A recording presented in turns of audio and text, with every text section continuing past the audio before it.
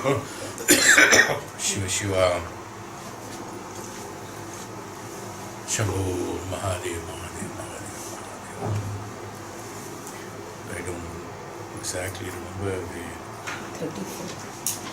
Yeah, 34. 35.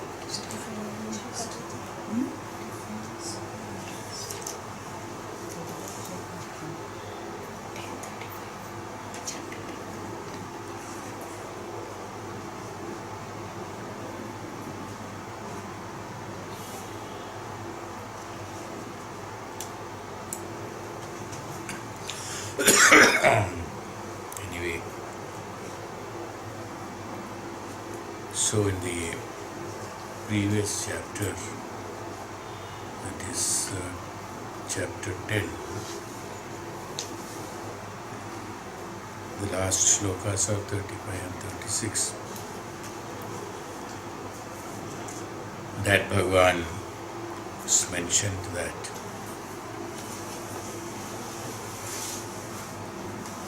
Bhagavan said, I am the Lord of powers, I am their cause and maintainer. I am also the Lord of yoga, knowledge, religion, and teachers of Brahman. I am the self of all creatures. Being their indwelling spirit, I am also outside them, not being enveloped by anything. As the bhutas, elements, are both inside and outside the bodies of creatures, so also am I.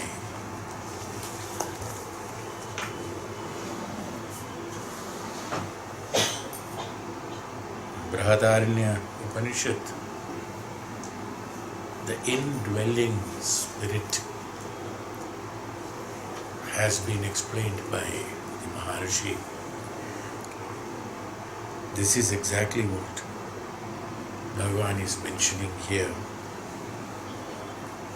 Aham Atma Antaro Brahmo Navrataha Sarvadehinam Yata Bhutani Bhuteshu Vairantaha Swayam Tatha. Sarva Bhutam. Bhuta is material. Bhuta, that which is not Atma. That's what is Bhuta? We don't have to get confused. What is Bhutam? Bhuta is that which is not Prana, that which is not Atma.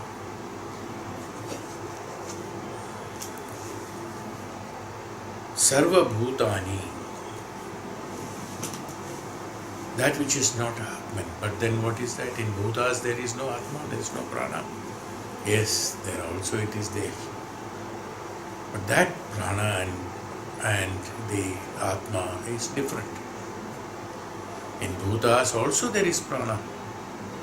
Externally also there is Prana, internally also there is Prana. No? Everything is an bifurcation of Atman, but still this division was made by Bhagavan also, that yatha bhutani sarveshu bahirantaha swayam tatha bahirantaha, bahir outside, antaha inside. Inside is what? Inside means what here? The indwelling is what? What are the elements? Elements are those which are like the Pancha Bhutas, the Bhutana. Even in that there is a kind of prana, otherwise how can it survive? How can it live? In everything there is prana, but the indwelling prana is what they call it as. Here it is specifically mentioning as, since he is talking to Uddhava, he is speaking to those who are trying to experience the Brahman through the practices and trying to attain the Brahman.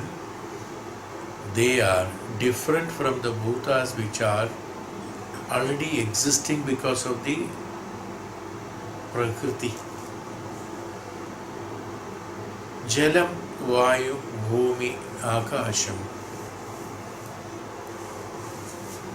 Ityadi. They are all spirits, but not trying to attain Brahman, because they are all a part of Brahman. Even though they are all part of Brahman, they are all part of the Prakriti or the Purusha,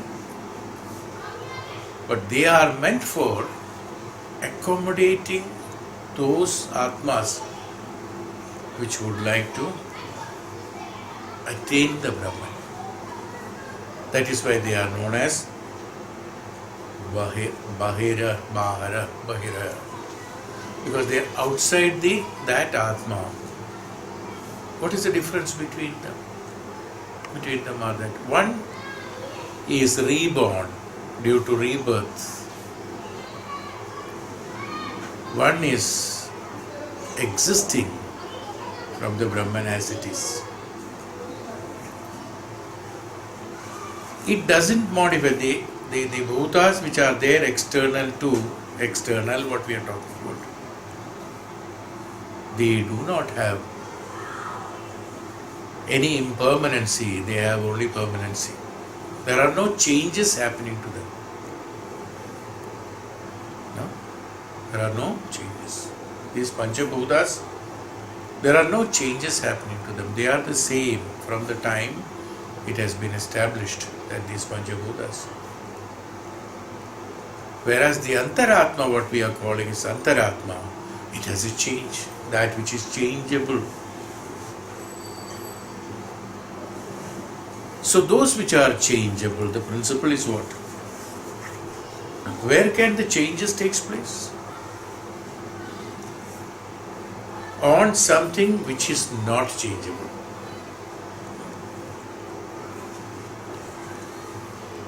If something is moving, or if something is stable, on that only something can move.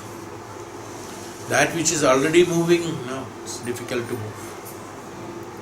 There has to be a substratum, what we said. No? It has been explained earlier also.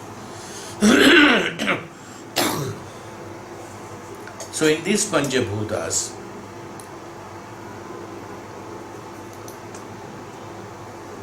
they are existing. At any point of time when the dissolution takes place, it immediately, invariably, immediately merges with the Prakriti and merges with the Brahman. There are no processes required. There is no processing required. Whereas the Jivatma is concerned, certain kind of processing is necessary. A Jivatma has to undergo the process of the Jnanam as that is there in the Bhutas, as it is there in the Brahman.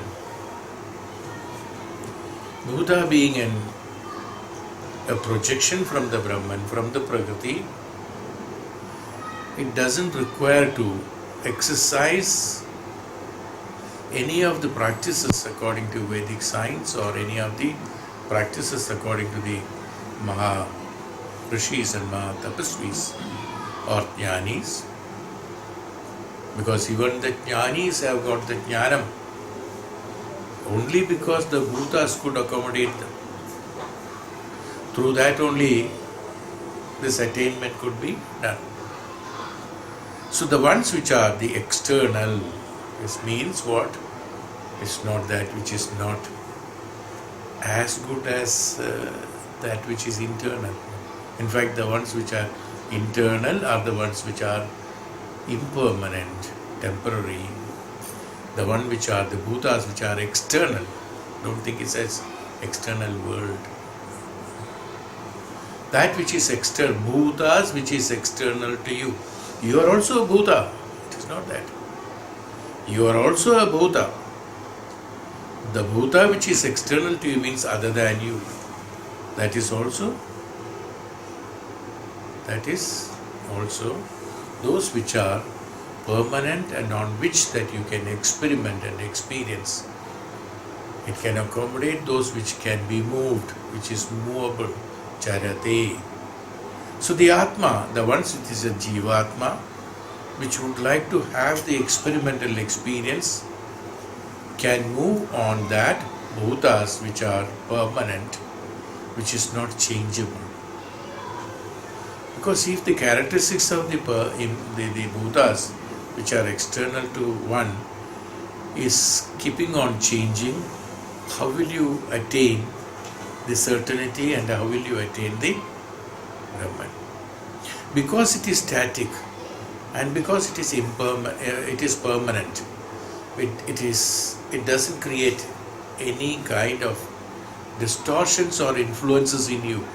Rather, there may be, if at all one may analyze it, it can create an influence in you, but not distortions to you, because this being the part of the Brahman, this only supports the tapasvi in order to attain the tapasya, the phala of the tapasya. It doesn't go, the prakriti will not go against the tapasvi. Never it has gone. No, it is not possible. So the wind or the water or the akasha or the bhumi or all these panchabhutas, prana, all these panchabhutas are the ones which he is referring here as bhuteshu bahiraha. That antaha is that which is the jivatma who is struggling to experiment and experience. See, when you think, probably people might have a different opinion. That you are the great than the bhuta, than the jala, than the vayu, than the bhumi. Jala, vayu and bhumi are all the part of extensions of Brahman. It is not a separate unit. They are all interlinked. I have spoke to you on this Upanishad. Even in Chandogya Upanishad we have explained about it, that in each bhuta there is 1/8 of the part of that particular bhuta, the other bhutas are involved in it. So no one is water is not water alone. Water is Agni, Vayu, Prithvi, everything, Akasha, everything together, and a major portion of the Jala put together becomes Jala. In the Agni also there is Jala. So same way, so the bhutas are not, they are independent.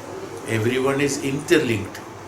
That itself shows their characteristics are not identified as individuals and individuality, but for the external world, for us, it appears to be water which doesn't have Agni, whereas the water can be created only when there is Agni there, and Agni can be created only when the Jala is there. Same way, each and every particle of the Bhuta is incorporated in the other Bhutas also. So that itself shows that it's a well-knit base work of extension of the Brahman.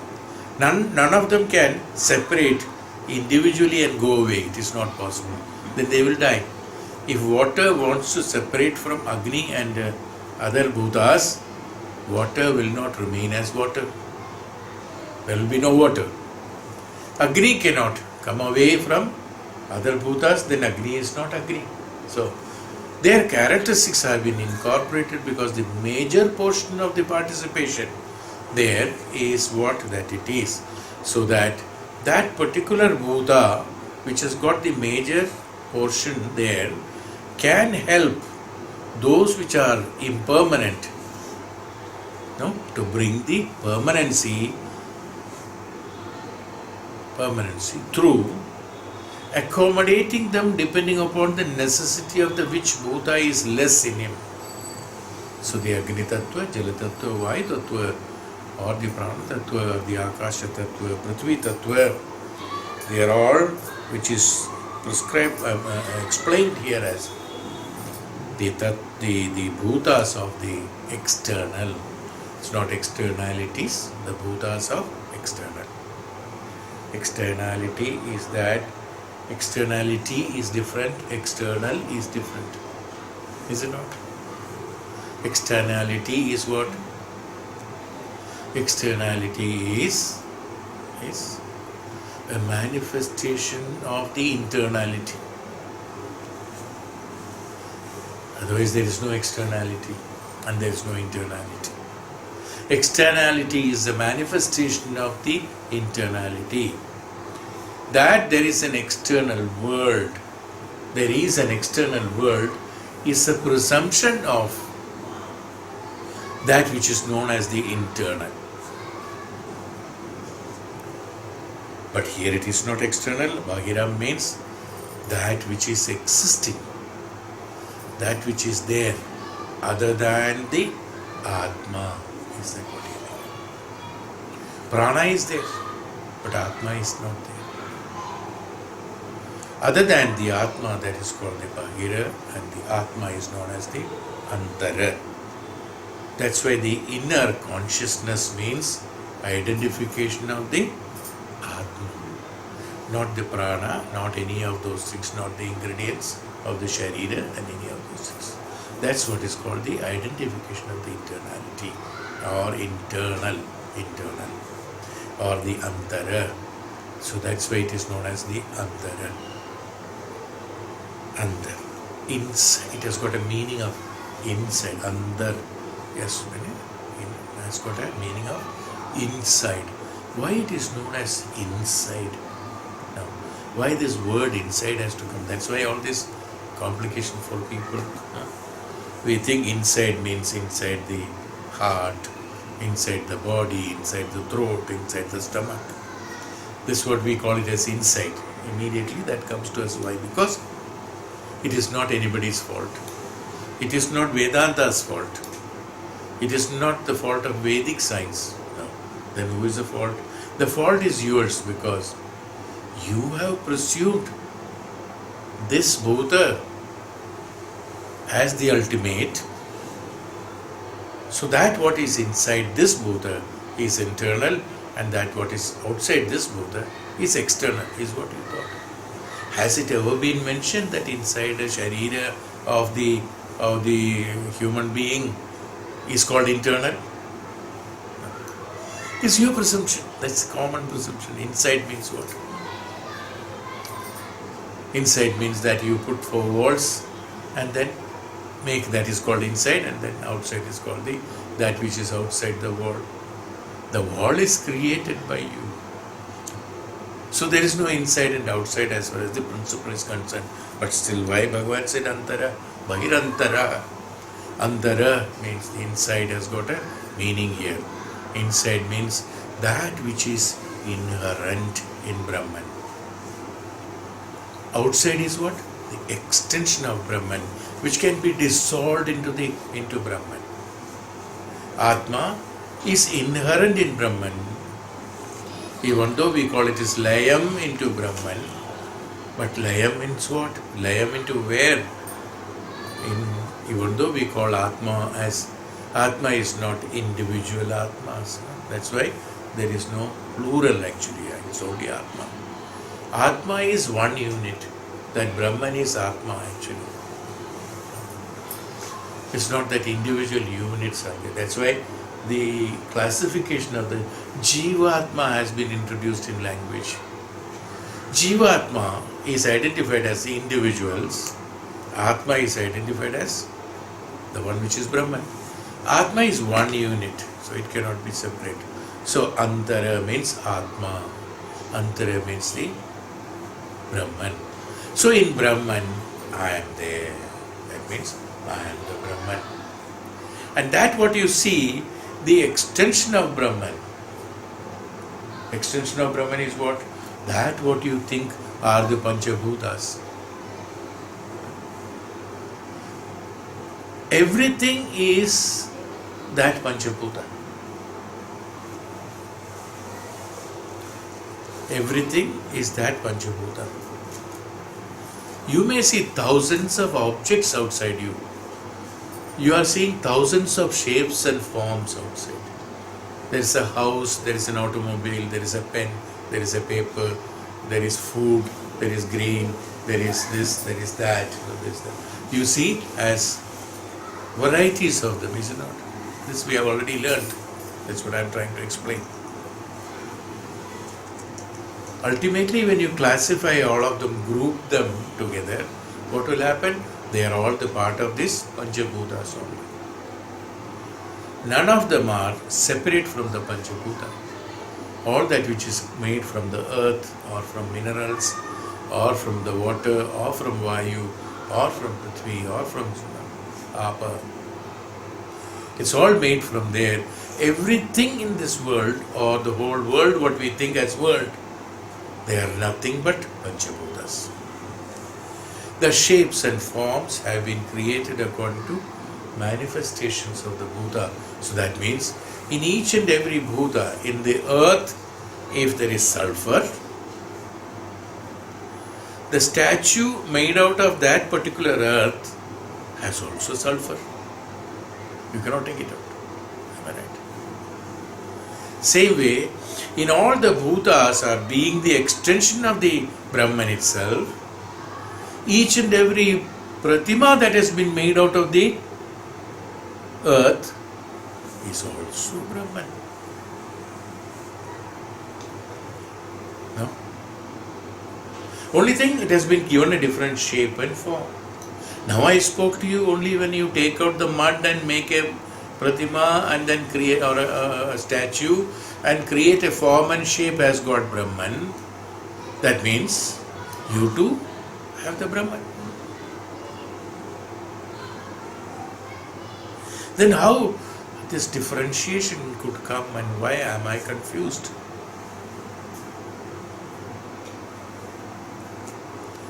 Why am I confused? Why not there is straightforward calculations like mathematics? There is straightforward calculations. But the straightforward calculations also mathematical mistakes we make quite a lot now. Even the calculations we make a lot of mistakes, is not. Now, again I go back to my own talks earlier. When I am thinking something which are, when it comes to me, when you really analyze through absolute analysis of an individual, of a jnani, when you have got a particular emotion or when you have got a vichara and you are in that vichara, all the cells in your body and all the functions of your body is based on that vichara. Right? None of them are against that vichara. Suppose you have got fear. If you have got fear, let it be your hands, legs, or body, or your liver, or the heart, or the stomach, or the lungs. Everything has got that fear, is it not? Is there any part in the body that it doesn't have the fear? That's why they are all reflecting on these organs of the body as well as in the physical body. Vichara, the thought. That's why they said, according to Vichara, then look at his face, we can understand he is sad. Look at his walk, we can understand he is sad. Alright, this is what we say. Look at the atmosphere. Everybody comments on that. Oh, when I went there, the whole atmosphere was so depressing and sad. How did you identify that? Was that area, what that space was completely depressing and sad? Space is never anybody's property. How did you identify? The people sitting there only. Not looking at the dining table, you identified the place is sad. Not looking at the chair you thought the place is bad. Looking at the face of the people that you do not know what is inside. Looking at the face of the people, you've decided the whole atmosphere. What is the meaning of atmosphere? The whole atmosphere was filled with sadness. Kavi Sankalpa. It is known as Kavi Sankalpa.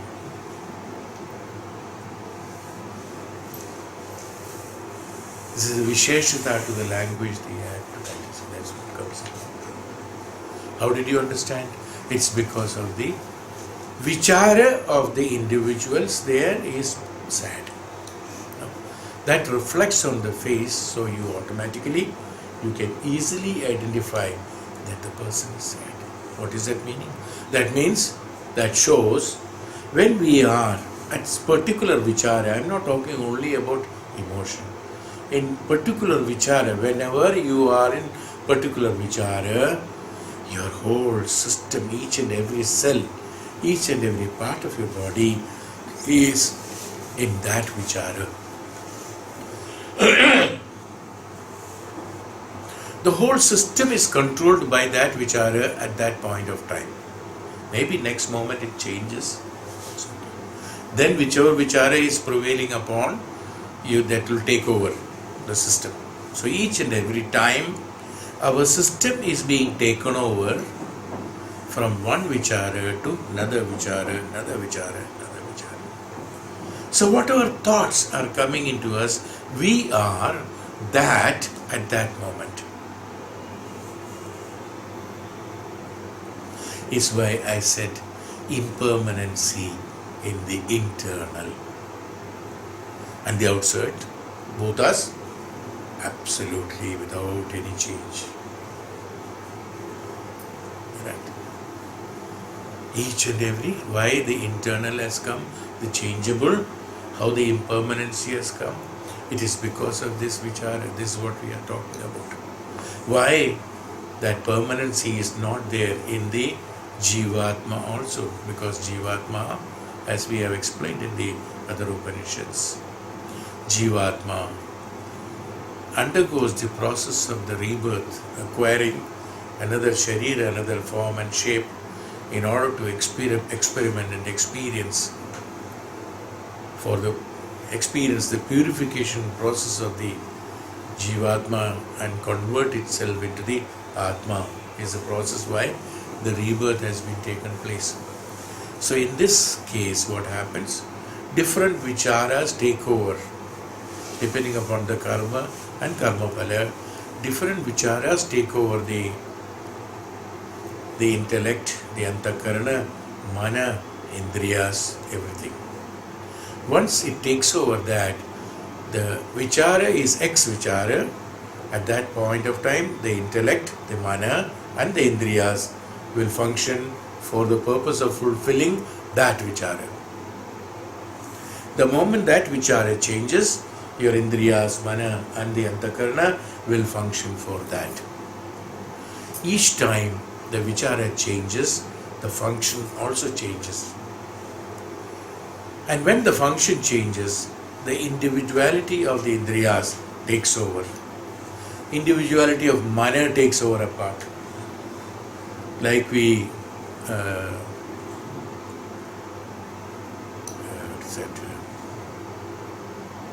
management also we say that we should all the powers should not be concentrated not only on one.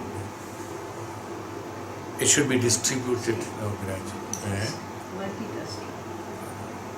It should be distributed to, the powers have to be distributed to each and every level. A manager will look after all these things. But a man below that will not have so much to do, little less. And comes to the peon, he will come to so much, very little to do. The more it goes up, more and more to do. So, not only that, then exercising the powers. Manager can exercise up to certain limit. He can spend only 1 lakh of rupee. Okay. But a general manager can spend 10,000 rupees or Director can spend 1 lakh. You see, it increases depending upon the position. So distributing the powers. It's a great technique in management that one should be able to do that. Otherwise, all powers, if it is taken in one hand, only one person will be as the decision maker, then it will not be a collective decision. It should be a collective decision. It's one of the management techniques, not always in one of the management techniques, same way. It has to be distributed. Why did I say that? The distribution of the Vichara, when it comes, the responsibility that comes to the Antakarana, it is given to a great portion given to Mana. Mana gives great portion to the Indriyas. Now, each one has got their own area of freedom. But in that area of freedom, he plays. He can manipulate in that or manifest in that. So if the Indriyas are supposed to do X thing, it will not X alone he will do X plus 10, X plus 50, X plus 100.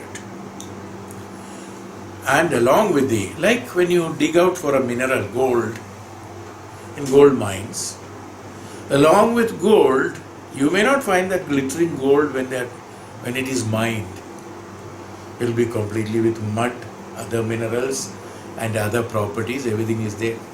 Then a kind of purification is a preliminary purification and a secondary purification and a third purification and a final purification.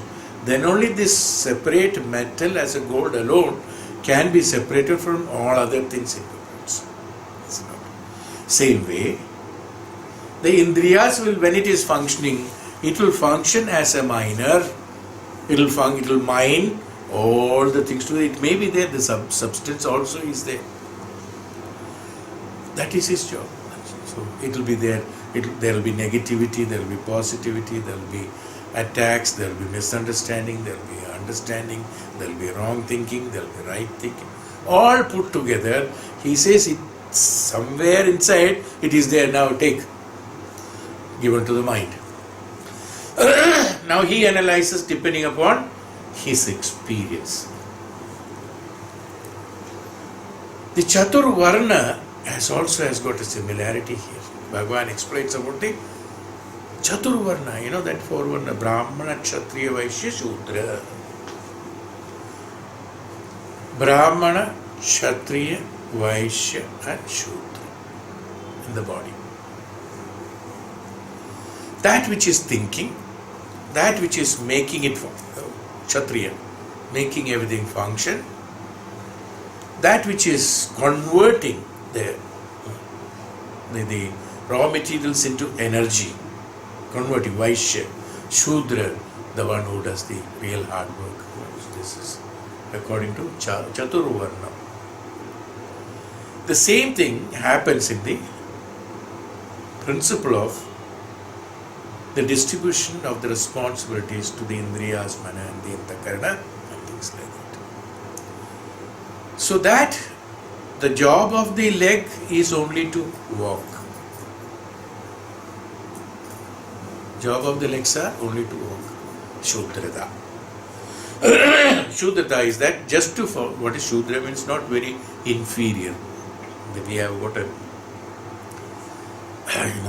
from ages the wrong teachings of these so-called Pandits have created all this problem.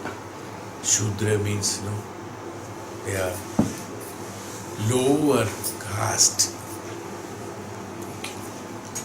Let me call it. It has a lower caste. What's the meaning of caste in English exactly? Caste is what? It's a mold, It's called caste. Castings. Iron castings. Even the gold, it's all made in a cast only. They cast it. Cast. Not casted, cast.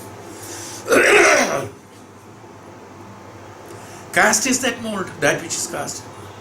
So lower caste, the portion of the totality the lower portion, what we call it as lower, we call it as lower for convenience, because when you stand, it has to be standing on this, so we call it as lower and upper. So the lower caste, that as which has been cast as lower, is called lower caste. That which has been cast in the middle is called as middle caste. In a chain, this is a lower caste, this is a middle caste, and this is an upper caste. No. Because it's on top. You turn it, that becomes a lower caste. Yes. You understand what you know what I mean by that. The caste is that actually. It is not classification of the individuals cannot be a caste and creed. It is not possible. It's the varna, it is the karma that is nicha karma, ucha karma, is it not? That's all what we say. The one who does the nicha karma is caste lower. Why? Because he has to do hard work. What is the legs? What are the legs doing? Legs will walk. It does the leg know the destination to which it has to walk? It doesn't. Who tells him you walk? The upper caste. Brahmana, Kshatriya and Vaishya says, all the three are telling you walk. He has to listen to all the three. Is it not? He has to walk. Where to walk? That he shows. Its job is what? Just walking. It doesn't use the intelligence of it. People who are not using their intelligence and they have got a set of misconceptions or customaries, and according to society, according to country, according to this, that and all that, and they are bound by those restrictions, doing only that without thinking, without analyzing, without doing tapasya, without acquiring jnanam, just following like what is supposed to be done by the vicharya. He is a Shudra.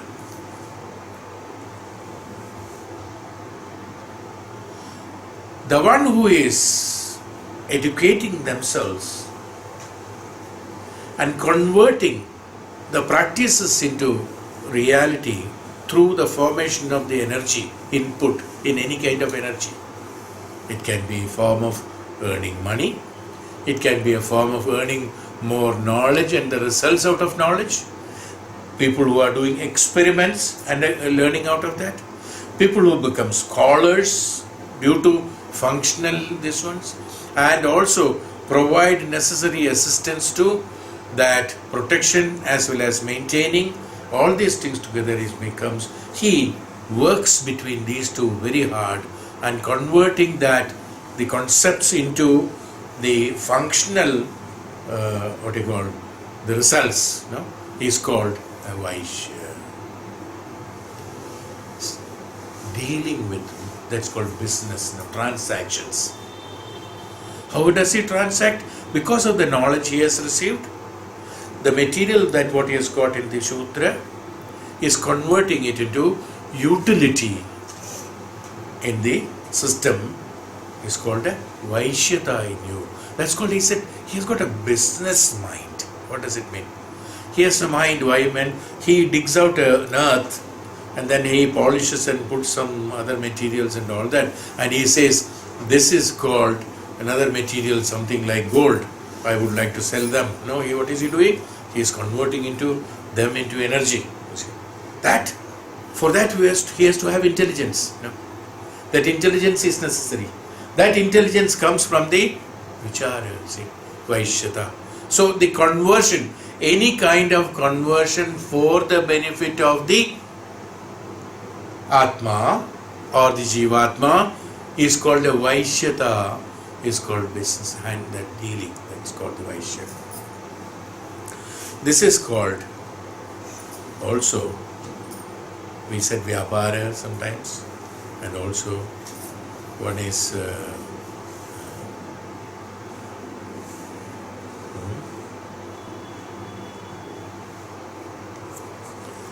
two also Adhyatmikata and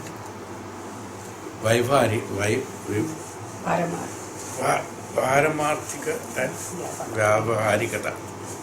Vyavahara. Vyavahara is transaction, a constant transaction. Look at our middle portion. You are eating corn, you are eating wheat, you are eating rice, you are eating ice cream, you are eating this, you are eating that. Everything, what he does? He converts into the energy that is required for the Sharira. It's a Vaishya. The digestive system is Vaishya. See, understand? So if the digestive system in the body is Vaishya, the digestive system in the atmosphere, that which converts depending upon the yugas, depending upon the time, kala, that which is taking the shape and form, or that which is taking the conversion principles and doing the conversion, is known as the Vaishya. The climates are changing. We can call it as Vaishyata. That's called Vaishyata. That whichever is the one which is made the things utility, utilizing it for the purpose of conversion of energy. Conversion of the energy for the purpose of existence. Even for the vichara, even for the upliftment of the Maharishi, or for the purpose of tapasvi, for tapasya, for the jnana, conversion is necessary, because you already have got a physical body and indriyas, mana and intellect. There are thousands of things happening. They have to be converted into. That's why I said we always say in our class, no?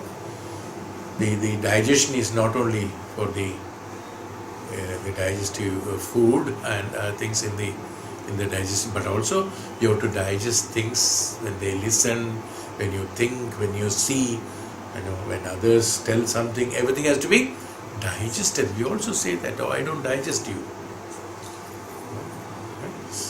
You have to digest. What does it mean? You have to try everything meant for digestion only. You have to see others for your digestion. Why are you indigested? Why are you creating an indigestion? Let other person be as he is, but do you digest? How you digest? That person has got bad habits. Digest. Why is he having bad habit? I don't have that. Indigestion. Non-acceptance, we said in a normal language. What is that? See, Vaishyata is not there. You are separating. No, you are not using business. You are not transacting it. Vyavahara, you are not doing any Vyavahara on that. Everything in the physical self, in the Vaishyata, you have to do the Vyavahara. Vyavahara. That is why in Sanskritam, in our language also in Sanskrit, there is a meaning for Vyavahara is also settling the conflicts is Vyavahara. A lawyer who is arguing in the court or giving a what we say is that you lodge a complaint, no, to police, and then they take up to the court. Then it is being discussed. Not only giving a complaint, that is being discussed in the court is also known as Vyavahara. What is the court doing? Court is identifying which one of these is right, so that it for the purpose of utility of both of them is Vyavahara. Vaishyata. You understood the great meaning of that. The Chaturvarnam I am telling you about that. This is what is Chaturvarnam. There is no Vaishya as in every human being. If there is a Sharira, Mana and this one, all the four Varnas are there. And it has to be there. Otherwise they cannot function. One who calls himself as Brahmana, if he is only doing the Brahmanishta, no legs, he cannot execute his karmas. No digestive system. Look at it. It has to be there. With all these things only, but what happens? That should be the whichever is maximum. As in the case of bhutas, whichever is maximum, that varna is identified as that. But in each varna, there has to be all the four, in whichever varna is the maximum in that, like 1/4. Now here it is 4 parts. So 1/4 of each one, or 1/8 of each one, and the last one is about 3/4 of it, or 1/3 of it, then it will call as the Brahmana, Kshatriya, and things like that. Vaishya is that, the one which is converting. That's very necessary. Vaishyata is necessary. In the normal living of ours, the Vaishyata is necessary, business is necessary, transaction is necessary, or Vyavahara is necessary, Vyavaharikata is necessary. When Vyavaharikata is complete and have understood it perfectly well, then only what can happen? From Vyavaharikata to Paramarthikata. That's Paramartham. Through the Vyavahara, what are you trying to attain? You are trying to attain the Paramartham. What is Paramartham? The bhuta that I am getting, or the reflection I am getting from you, or the benefits I am deriving out of from the external sources, is not that what I require. The result of that, how it is beneficial for me to uplift me towards the Brahman, is that what I am deriving out of it is called converting the Vyavaharikata to Paramarthikata. The Paramartham is Brahman. In order, why you are eating? You want strength. You are eating for strength. So that eatables have been processed through Vyavaharikata and converted them into that what is utility as energy, which is prana. After it is converted into prana, it doesn't have any distinction that you have eaten rice or chapati or rice or wheat or ragi or malt or this, that. There is no difference in energy. Is there energy? No difference. What happened? The Vyavaharikata, what has happened? In Vyavaharikata, the Vaishya, he has converted those multiples of those things into that what is Paramarthikata. That what is necessary for me. You understand? Why did I say all this? Not for understanding the digestive system of the human being, that you all know it better than me. Medical doctors know better than me. I learn from them. It's not that. Make you understand we are all with these 4 characteristics, and we in our life, in order to attain Paramarthikata, the Vyavaharikata should be done in such a way that it is termed, it should be converted in, everything is for conversion. It has to be Vyavasaya is meant for what? Earning energy out of it. Is it not? Yes. Now, even the Shudra, why is he walking? Why he is following the orders of the Vichara, the legs? Why? Just personifying the legs, even though you cannot. Legs are following the Vichara or instructions only because the legs have to survive. If the legs do not do that, he will remove me. I will not be able to function. So the Shudra has to function. What is he doing actually? He is also doing Vyavasaya. Am I right? Vyavaharikata. Why is he doing it? He wants to do it because he wants the survival. Why does he want a survival? Now keep on asking the question. This is our contemplation. Why does he want a survival? That he need not remain as a Shudra anymore. This Vyavaharikata, he wants to convert into Paramarthikata. At one day, with my effort, I will become the Paramartha. So his attention is executing Karma Yogi. Who is like? It's a Karma Yogi. You understood now? This is how Bhagavan explained to Arjuna. The Karma Yogi, thinking that karma alone will take him to the Surga, is a Karma Yogi. He keeps on his karma. He does his karma sincerely, honestly. But then what happens? Through the Vyavaharikata, he has to attain the Kshatriyatva, then he has to attain the Brahmanatvam, then the Brahma Sakshatkaram comes to him.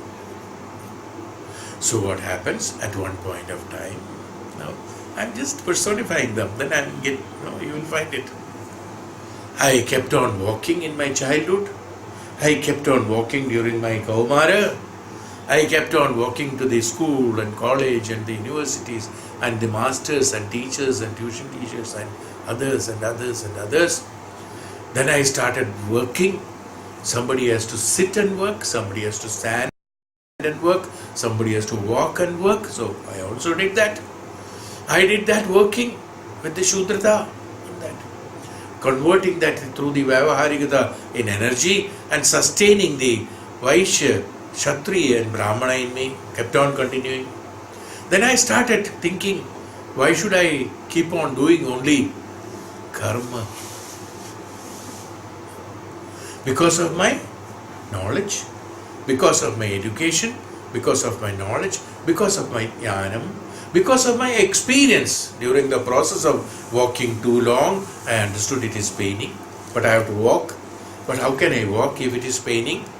So I started thinking how not to walk so that I can avoid pain. But I have to reach there. So what happened? That Shudra, he found out a Brahmana in him, started thinking. When he started thinking, he said, let me go to that Guru who is teaching the Upanishads, Vedas, spirituality. He seems to, see, his legs are not functioning at all. Sitting always, folding his legs. He says that you need not to function. You will support me to sit. That's all. To that extent only, I will use my Shudrata. Okay? The one who is doing Vyavahara, constantly had been doing Vyavahara, he said, stop, enough of Vyavahara has been done, no eating.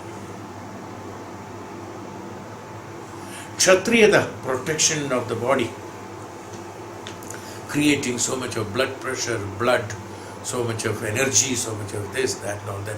He said, Kshatriyata, to certain extent it has to be there in them. So retain that so long the physical body is there, but Kshatriya, you have not many functions to do. You may be a Raja, no doubt about it, that there are no Praja. You can sit on the throne, no problem. Praja is not there. Vaishya is not there, Shudra is not there. Who will he control? No. Only Brahmana he will control. He will control Brahmana, controlling, not controlling, assisting Brahmana. Right? Keeping blood and energy to the Brahmana. So what happened? Karma Yogi, through karma, execution of the karma has been dissolved. After the karma has been dissolved, Vaishyata has been no more transact Vaishyata, that means Vyavaharikata, no Vyavahara. I am not digesting, nor I am indigesting. Okay. There is neither acceptance nor if acceptance, then only the question of non-acceptance. So there is neither acceptance When there is no acceptance, there is no non-acceptance. So whoever, what is that? Sama chitta avastha. That whoever comes, neither he accepts him, nor he not accepts him. He has got an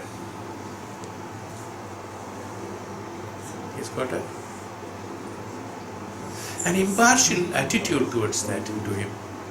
Neither he is a good man, nor he is a bad man. Then what is he? An object. When it is an object, neither he is a good man, is a classification. No? Good means I am expecting something good from him. Bad means I am expecting something bad from him. An impartial decision of this is a non-entity of anything. It's a creation of the prakriti, that which is there in the existence. It is there. No? It may be bad, it may be good according to others, but as far as he is concerned, he is a unit which is our prakriti. So neither he is displeased with him, nor he is pleased with him. When he is neither displeased nor pleased with him, what happens? No vyavahara. No business. Neither I want money from you, nor I will sell something.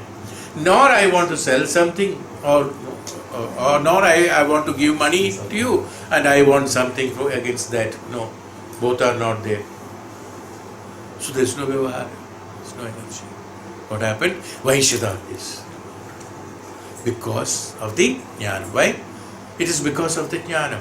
Kshatriyada, under the control of the, only for the purpose of the support of the Brahmantvam, so long the physical body is existing. The day physical body is existing, blood is no more required. Whether it is RH positive, RH negative.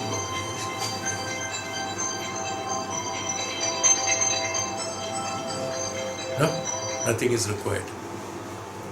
But everyone is inculcated by the Brahman, the Karma Yogi with the Brahman, Karma Yogi with the Brahmana, Vyavahara with the Brahmana. They convert themselves into initially Kshatriyatvam, gradually it is only very little. Everybody cannot become the Raja because of the thought process, because of the thinking. What happens? Everyone becomes the Brahma Yogi. What is the karma doing? Supporting Brahma Yoga. What is Vyavahara doing? Supporting the Karma Yoga. Because restricted food, not for the purpose of it. So Karma Yoga. What is Kshatriya doing? Again, Brahma Yoga. What is Brahmana? Brahmasya Brahmana. Brahmatvam. Now only identification of that. So what happens? When the vichara becomes only Brahma, Brahmatvam, he is called as a Brahmana. That's all. It's not a Varna. When it is only there, Brahman is only there, it controls the whole system, whole body or whole the self, everything. Then identification. Then what happens? Everything becomes Brahman. When the vichara becomes only karma, he executes only karma. When the vichara becomes only vyavahara, he does only vyavahara. When the vichara becomes only kshatriyatvam, he only fights and wins, and then the egos and the fulfillment, non-fulfillment, competition and suppression, everything happens. Then when he wins over all that, what happens? None of them are true. None of them for any purpose. For what? It's not necessary. So Brahman, this Chaturvarna, that's why the Chaturvarna is divided as the head.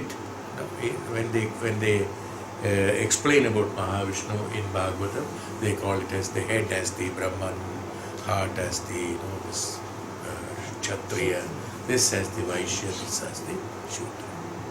That's why by birth everyone is a Shudra. Brahmana's putra by birth is only a Brahmana. Through Brahmacharyatvam, through Grahastha Ashramam, and then through Vanaprastham, he attains the Brahmatvam, then only he will become a Brahmana. Yes. The Upanayam that is being put in the smaller age before the teenage is identification that he is a student. That means he is a brahmachari. Identification of the brahmachari. He is a student. Today, instead of the Upanayam, what happens? You are getting student pass. To travel in aeroplane and train and travels and create Gundaism, you get a card saying that you are Brahmana, Brahma Yogi. Student pass for that only. What is a student pass? Earlier student pass was, those pass was not there, this Upanayanam was there. That's why it is known as Upanayana, sitting by the side of the knowledge. The one who is a student has to wear this Upanayanam so that everyone knows that he is going to become a scholar. He is in that path. He has to learn this scholarship. The scholar is there to learn the Vedas and Upanishads and then goes into the Brahmajnanam, Brahmatattvam, and who will be beneficial for the society in order to pass on the Jnanam to the others. He is the identity of Upanayanam, otherwise no other meaning for that. Forget about it. It's only a uniform. It's uniform, yeah. I am not telling. It's not my conclusion. Vedanta's conclusion. That's it. He as a brahmachari, he is identified as a brahmachari. Who is a brahmachari? The one who has the nishtha towards the Brahman is a brahmachari. Whoever it is. Anybody can go do the Upanayanam and do the Brahmanishta, Brahmajnana. Without Upanayanam also, it can be done.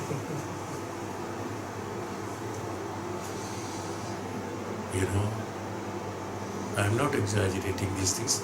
Since I learned these things, so I am telling you. During the process of the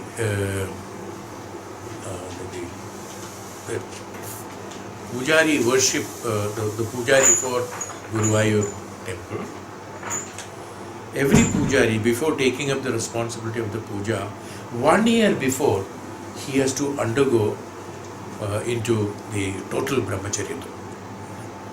He will have to live as that Pujari there, but he will not do the puja. Exactly the same rituals has to be followed by him, and he should get acquainted with that. Then if the acharyas are satisfied, then only he will be appointed as a Pujari. Even today, at least in 1 or 2 temples which I know, like Guruvayur, that I know that. I am not talking about any other temple. So this is the vidhi, because he has to be a perfect, purified person. And during that process, many times, Upanayanam is taken out. He said, you should not have the ahankara that I am so and so. This is taken out. Many times it is put the other way around, as if a death has taken place in his family.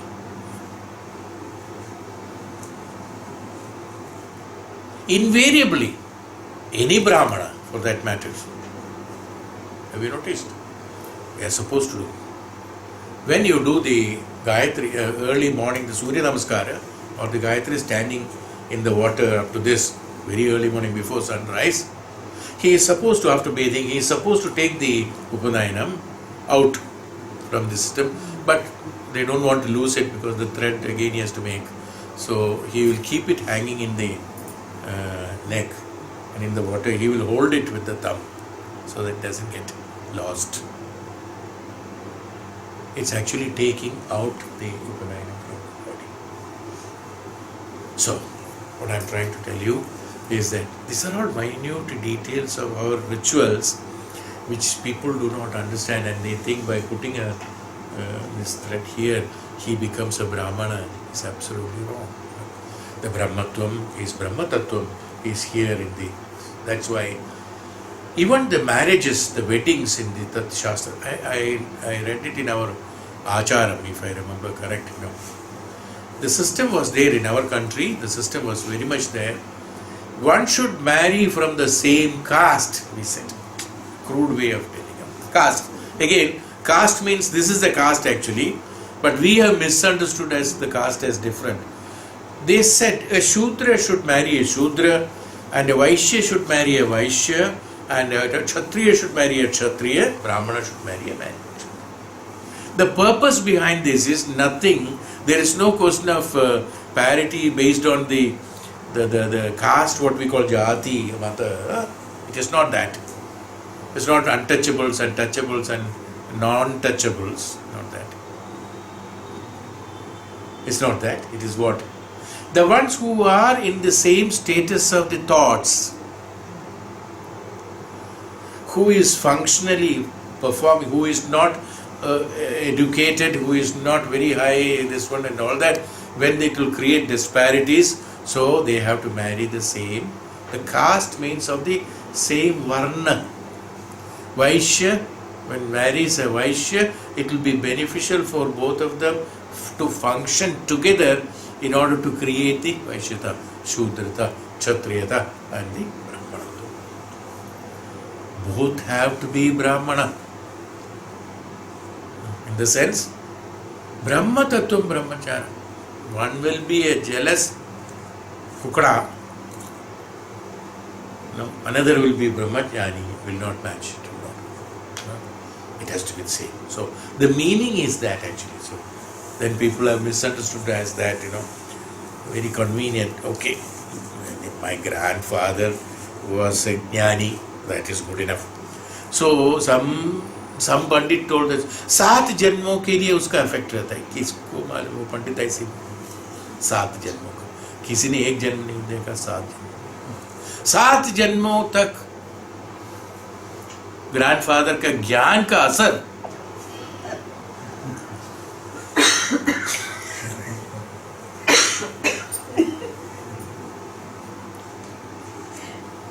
उसमें होगा.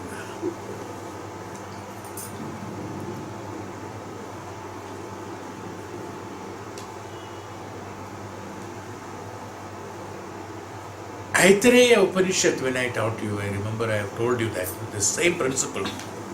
Itara. He was a son of a lady who was serving all the Brahmins who comes for the studies in that Acharya's house. Every time new people. She was they called a servant or they called a prostitute or they called whatever it is. Serving them is what decently mentioned. Okay. Out of her, she's not married. Out of her, this boy was born. Itara was born. When he was sent to, because he was living that, every day he is listening to these mantras, he is listening to Veda Pata, he is listening to Upanishad, he is listening to the Jnanam. Then naturally, he got highly, he's become a knowledgeable boy. So naturally what happened one day, he said he also went to an Acharya. We have, with Aitareya Upanishad I already explained, so I'm just recollecting that. He goes to the Acharya asks him, what is your kula? Who is your father? So the boy says, Itara is my name. I got my mother and she is doing this. I am interested in all this. So many acharyas refused admission into their ashram because he is not born as a Brahmana. According to them, the one who has got the Upanayana. There was a great tapasvi, jnani. He asked him, what is your name, Itara? Then he asked him, what is your father? What is your mother? He said, I am Itara. That's all. I am Itara. I have come to learn from you. Forget about what I am. Who is my father? Who is my mother? But he tells him all the story, no doubt about it. But then why you are asking all this? Tell me, Acharya, what is the benefit of asking this question? Do I inherit knowledge from my father, my grandfather, my others? Yes. There is a principle, certain amount of qualities in the chromosomes it is being transmitted is there. He said, yes, these are the principles. But you can test me.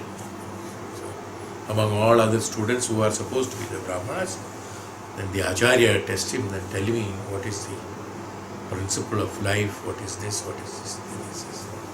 He tells all the shlokas, all the meanings. Acharya was very happy and he said, no, from today onwards, you are in here. You are a brahmachari. He has taken him and then given him all the lessons. Then he wrote, who's the one? He wrote Aitareya Upanishad. What was the father? What was the grandfather? Sad Janmuntak. Okay, now comes. Why did I say all these things? It's because our vichara is the one which is controlling us. Yes, ancestors have got an importance. I am not totally denying that. But that only is not the importance. We have seen also. I have seen also. Great scholars and professors' sons wandering, doesn't study. Great teachers' sons do not want to become teacher. And what do you want to become? I want to open a restaurant.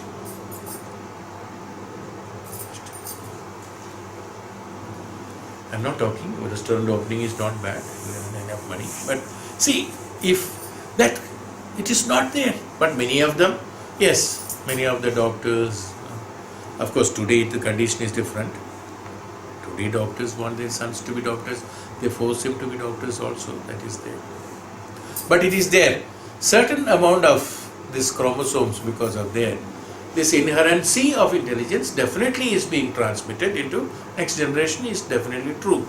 But doesn't mean that one Vaishya cannot become a Brahmana.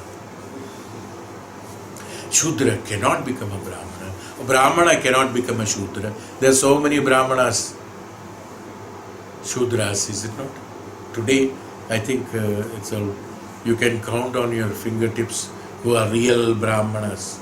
How many are there? How many tapasvis are there? How many jnanis are there?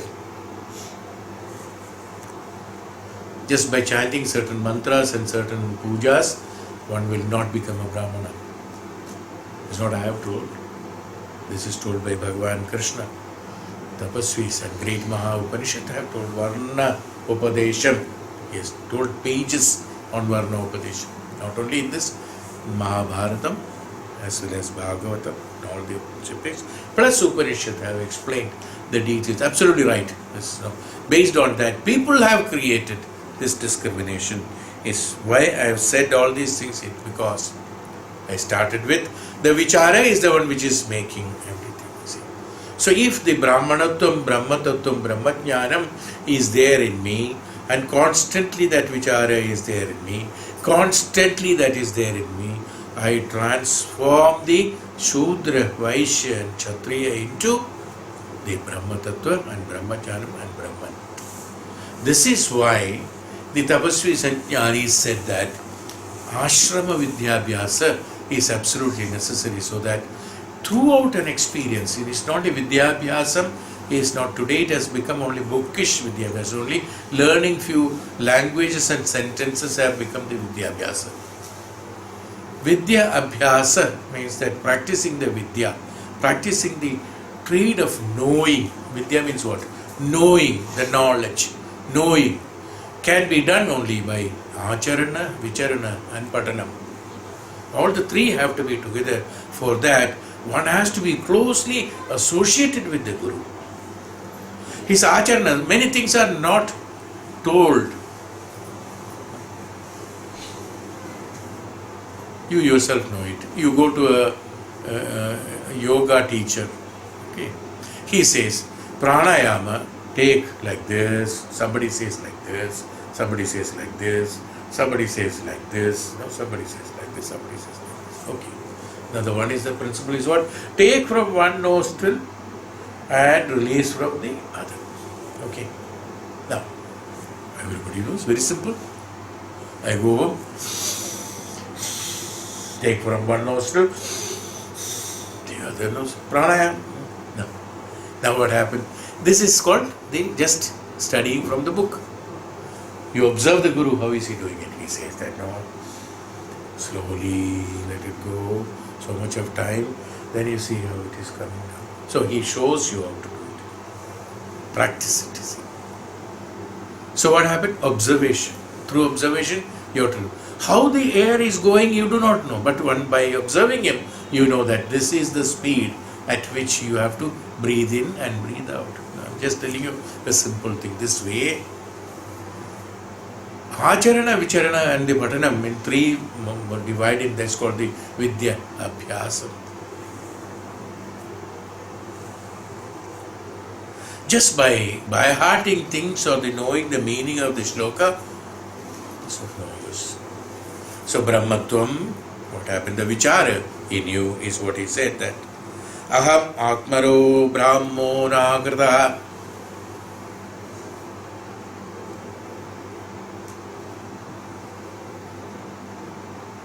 Sarvadehinam. Dehi and Deham are two different things. Deha is this, Dehi is that which is Atma. Sarvadehinam is Aham. Sarvadehanam is also Aham.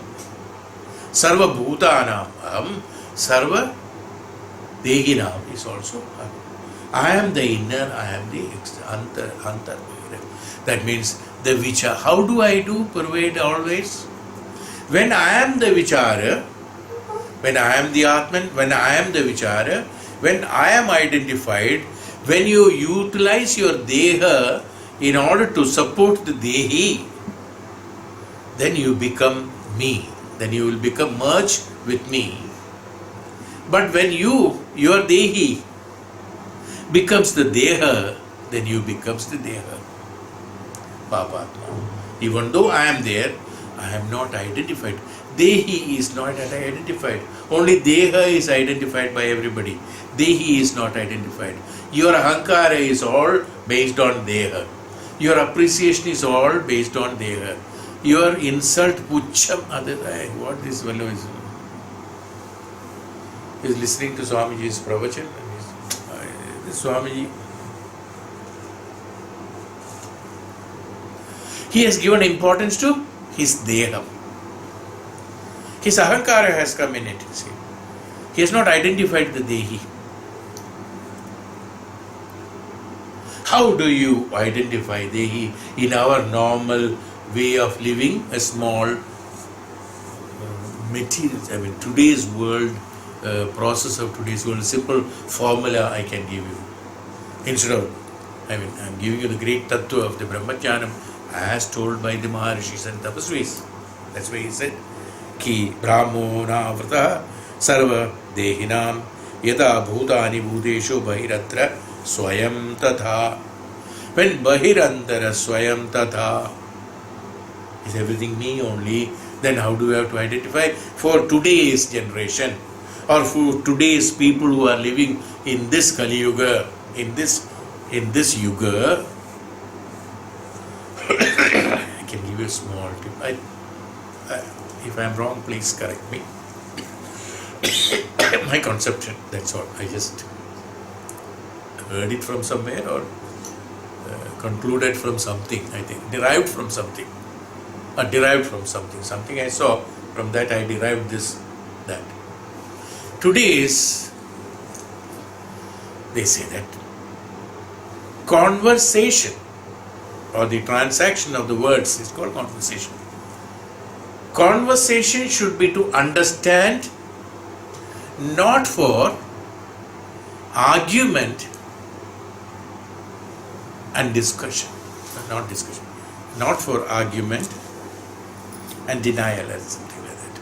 Okay. Anyway, argument is there. Argument is that? No. The conversation should be to understand. Not for argument. To reply and argue. The conversation is not meant for replying nor for arguing. You can reply. You can reply. Now, I'll tell you what is the difference. Conversation should be for understanding, not for replying and arguing, or not for reply and argument. But you can reply after understanding. See. Today's communication, what happens? Today, most of the communication is to reply and argue. Right? Today's communication, most of them are to reply and argue. He has told, I have to tell something. If there is a possibility, I will argue upon that. He doesn't accept it. Conversation is not for the purpose of reply, is what is. Conversation is for what? To understand. If necessary, after understanding, if it demands, a reply with understanding can be given, but the conversation is not for replying and argument. I hope this is something. So what happens? Bahirantara aham. Then what happens? Inside also me, outside also me. Who understands? I am understanding. What am I understanding? The words that what you have spoken, I am understanding. I am not appreciating or differing from you, but your words. What is understanding? Understanding is not only accepting, please. Understanding is not accepting. This is called another confusion. Understanding means that what you have spoken is right or wrong. It's called understanding. It can be right, it can be wrong. Understood, it is right. Understood, it is wrong. It's called understanding. It is meant for understanding, not for reply. Not for the purpose of reply. Replies can be given, but after understanding. Reply should not be before understanding. But today's replying is all based on only for conversation. Is only to reply, not to understand. How much of we, I'm not exaggerating. Somebody comes and tells one is sad. Look, I got this problem, this problem, this problem, this problem. You must understand exactly what is that person is saying. You know, many people come and tell this is the problem. I have to be, transform me into you. Bahirantara aham is what I am trying to tell. I have to become that person. Then only Bahirantara aham will be there. The commonness should be there. I have to become that person. Be in that person's position and look at what he is speaking and what are his problems really. Then you will realize, yes, this person, what he is telling is absolutely true, poor thing. How much torture he is undergoing. You have to become one with that, then only you will understand. You as a judge and that as a Bahiratma, you as an Antaratma, if you relate, you will never, you will only reply, you will not understand. You will only argue, you will not understand, without understanding. That's all. This is called Bahirantaratma. One with that. Then only you will realize. Then you can analyze. This person is standing in a wrong place, or the right place. But then we can understand, identify it. One is a fact, another is a truth. They are two different things. Most of them are facts because they have trouble, so they are telling it to them. It's a fact. Now, what is the truth? This I can understand only after I understand the conversation. Without understanding the conversation, no, taking it. No, you think you are wrong. Or so and so is wrong. You are unnecessarily worrying or you are arguing. No science can in general prove that something is right and something is wrong. Someone is right and someone is wrong. It's not possible. Is it possible? Is there any demarcation? Each and every human being has his own karma. Undergoing the karma, there is a problem. For each one is different. Each identity is different. Each function each vichara is different. So that you have to, when you or an identifier. If you are a tapasvi, if you are a jnani, you don't become you because you don't have an ahankara. You become a jnani, you don't have ahankara. You are jnanam. This jnanam is penetrated into another person. I mix that jnanam with the problem. Like you are mixing atta with water, making a dough to make beautiful chapati and swallow it. Same way, I become the water, add with that solid and make it functionable and look at it. By looking at it, what happened? Both of us have got a diluted problem. Which a diluted problem is what? What is a diluted problem? When a problem is diluted, it's a diluted problem. Simple. When a problem is diluted problem, it is neither atta nor water. It is absolute jnanam mixed with that problem. Problem is solved. The identity of the problem is solved. Both have benefited out of it. Bahirantara aham. How the samatva bhavana can be created, it's only in tapasvi. Because he has to have only the jnanam. This transmission of the jnanam is the one a disciple gets uplifted. Many of us asking, how is it that Acharya, Shankaracharya, his disciple washing the clothes, how he gave him the jnanam? How he gave him the jnanam? Todakashtaka. In 1 second, even though he is physically washing the clothes, his vichara, even though he is a Shudra, working as a Shudra, washing Bhagavan's clothes, his mana was Brahman in the Brahmana. So his karma yogi is a Brahma yogi at that point of time, is it not? His vichara was only with the Guru. Now what happens? Since his vichara was only with the Guru, he has also put that effort. His vichara is a jnana yogi or a Brahma yogi. His karma yoga, Vaishya yoga, Kshatriya yoga, everything has merged into the Brahma yoga, and he is absolutely filled with the absolute. Who is Guru? Guru, as far as Acharya Shankara is concerned, Shankaracharya is concerned, he is a Brahmandam. His samasta Brahmandam, his samasta yogam, samasta Brahmam, samastam. He inculcated him. His washing clothes in his glories, his mind is in him. That's all, nothing else. What happened? Absolutely purified by the thought of the great yogi Acharya Shankaracharya. The moment he came, the purity is there. He looked at him through his third eye, transmitted thousands and thousands of volumes of Brahma Jnanam and Vedanta into him. Transmission is over. Immediately, within a fraction, what happened? Water and the atta became one. No? This Antara has become one. Both have become Jnanis. Are you getting it? I am telling examples only to make you feel how is it possible. It's as simple as that. I was telling you this morning.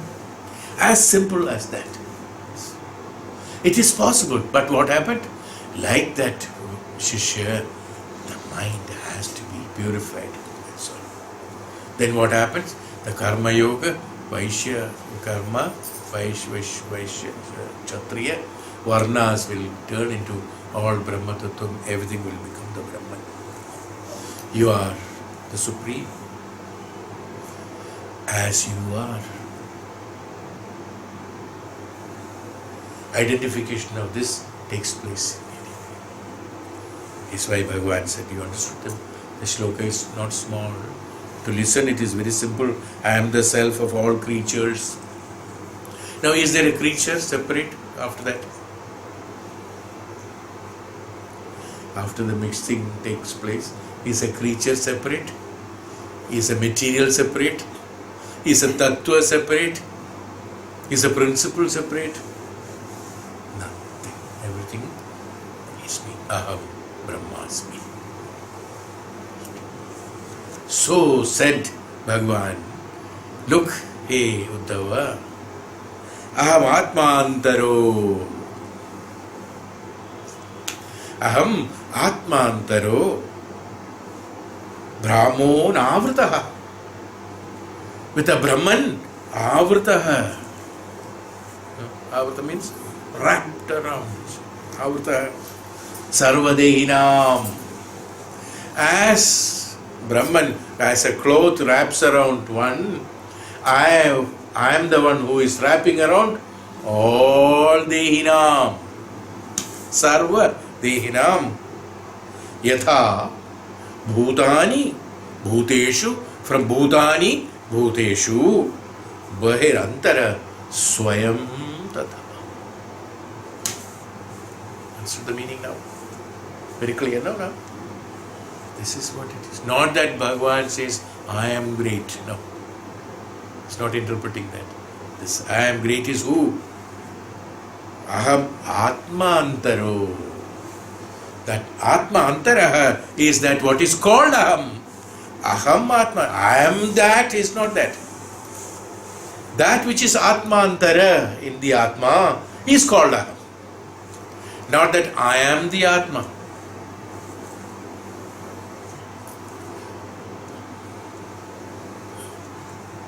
There's a difference.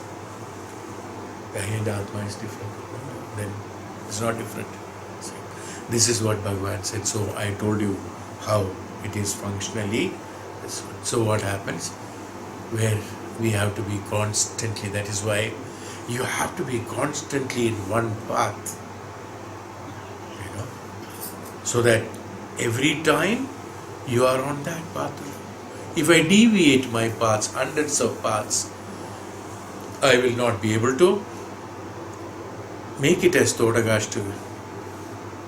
Todagashtaga, even though he does the physical jobs many, he may be spreading the bed sheet for Bhagavan, he is giving water to Bhagavan, washing his clothes to Bhagavan. All that, who does it? His Shudrata is doing it. But he is in Brahma Tattvam constantly. Whatever he is doing, he was thinking only the Brahman. He was thinking only about the Acharya. He was thinking only about the Shankaracharya or Bhagavan or Brahman. Here in this case in Vedanta, always at the Brahman. So when the thought is constantly, that's why from going from Vyakta to Avyakta, I have told you about this. And then from impermanency to permanency. There is no two different thoughts. Shankaracharya. There in his case, Atman, Brahman, Acharya. One purifier. When you have different paths, what happens? Different entities will come. The moment they are different, Dvayam. At-Dvaya should take place. When only in the Advaya you will have Brahma Sakshatkaram. In Dvayata, Atma Sakshatkaram will not be there. Even though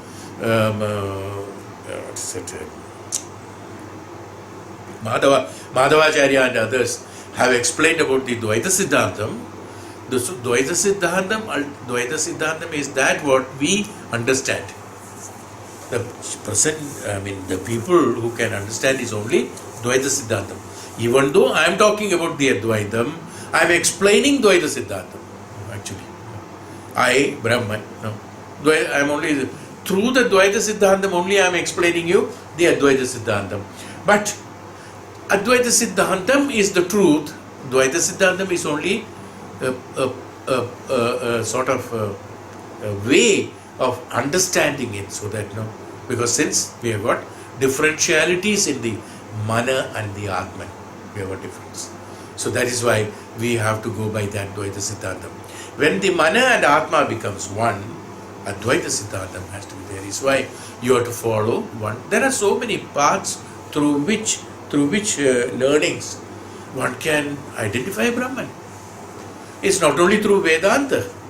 It can be through other process. There may be different process.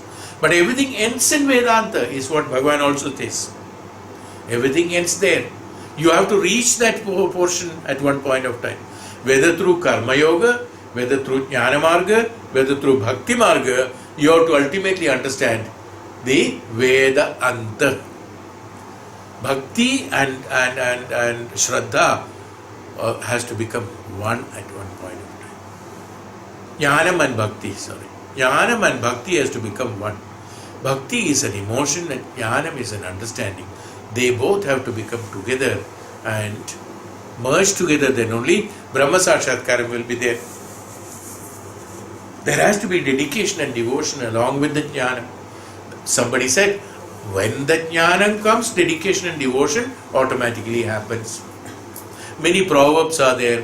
When the branch is laden with the fruits, it is always down, bends down. Even in small words, these are all the things. So what happens? This is exactly what happens. You see, when it becomes a jnani, when he becomes jnani, laden with the fruits. Fruits means what? Results. Results of what? Results of jnanam, results of karma, results of tapasya, results of yoga, results of this. When it happens, you automatically become humble. Is also another saying. When jnanam, that is jnanam. Somebody said, oh, jnanam comes means ahankara will come. Doesn't go together. Jnanam is niswarthada nirmamatvam. Where can be ahankara in that? Where is the place for ahankara in jnani? In ardhajnani, the so-called panditas will have ahankara. No? Pandita will not have ahankara. The so-called pandita. Pandit so and so will have ahankara. Only so and so will not have ahankara.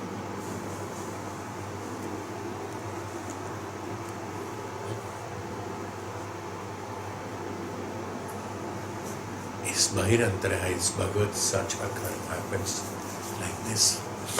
It is possible. So what happens? Constantly with an Acharya, with a Guru who is an embodiment of Brahman. Not everybody. Who is an embodiment of Brahman, he can transmit that within a fraction of a second in a disciple and transform. But what happened? The disciple has to be at that level. Otherwise,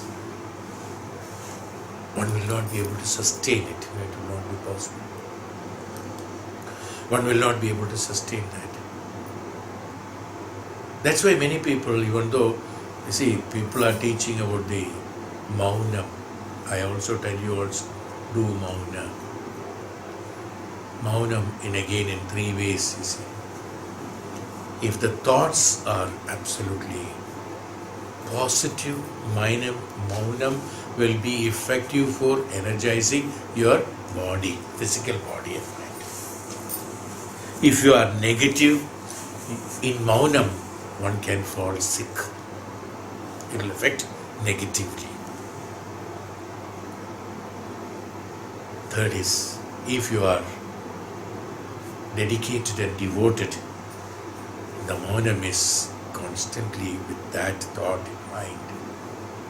The Maunam will multiple that in 1,000 folds and make you completely purified.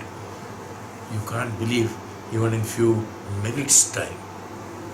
Forget about hours. But hours of trial may be required, but in minutes time. The third one process, one is positive. Thinking positive with Maunam will make you good. You will feel very happy. You can heal your body. That's what we do with Reiki and all that. What we do. It's only based on that energy transmission through positive energy transmission, we call it. What is that positive energy? This is the way. How there is difference between one man giving Reiki, another man's giving Reiki because of the vichara. It's not a physical, I always teach you or tell you all that. It's not a physical phenomena. It's a spiritual phenomena. The mind has to be spiritually oriented, where his feeling has to be that I would like to be the water for them to dissolve their problem in them. I want to be the water. Not that I will take that in me. I have to be the water dissolvent of their problems. So that they can dissolve everything, come and put it in the water and dissolve it. Like you all put Durga Ma into the Ganga. And even Durga Ma is diluted there, you see. Okay, so it's not Durga Ma, it's only a statue, the mother's statue, not that Ma. So, this is what it is. Are you getting that? Why I am saying all these things? We were all talking about going for meditation. Unless these knowledges are not prevalent, what kind of meditation we will do? Others are doing meditation for sake of many things. Today's world is all that. Vyavahara, after this only meditation. If you are hungry, no meditation, sorry. When is the lunch time? Up to what time do you will have meditation class? Up to 2. Okay, then it's alright. If it is 2:30, it's not little too long. Vyavaharikata. Meditation has to be there. So what happens in our meditation? We have to attain that purity. I was just trying to find out where it's today taking that Chinmayananda's, that magazine comes, no? Swami Tejomayananda beautifully have explained one paragraph what is the benefit of Shravanam. And he concluded, Shravanam is a kind of meditation. If you can do the Shravanam properly of the Guru or the Vedanta or the Acharya in the right sense, right perspective, and your mind getting that, that itself is one kind of meditation. Don't think meditation is only closing the eyes and thinking about something. No. Shravanam is meditation. Darshanam is also meditation. Shravanam of those who are the representation of the, they're all jnanam. Representation of the jnanam. That which you Shravana, that which you Darshana. These are also meditation. He has told one paragraph. I just wanted to read it for you, but this is the gist of it. So everywhere you will find again going into the Advaita Siddhanta. Everywhere it go into Advaita Siddhanta, and practically the Jnana, ultimately the Brahmanatvam, the Brahmatvam.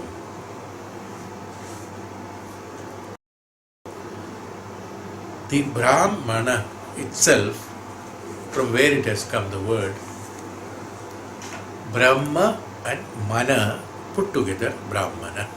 It was actually Brahmana and it has become Na. That's in process of the conversion automatically happens in conjunction. Certain times, certain changes in the pronunciation takes place. Brahmana, it is actually Brahmana and it is Brahmana. The Mana, when it becomes concentrated on the auspiciousness, the Brahman, it is Brahmana. The one who is doing that practice is called Brahmana, not Brahmana. Of course, then, well, as they say in language, I don't know much about language.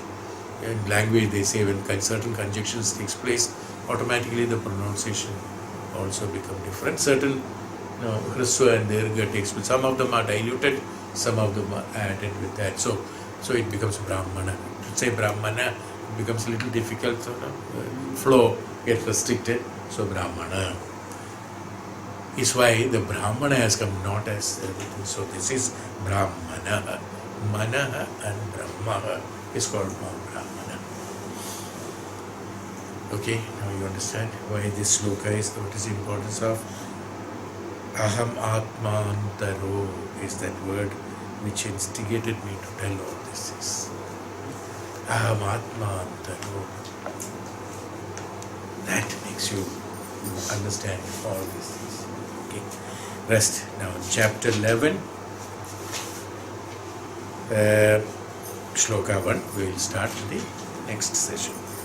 Om Shanti.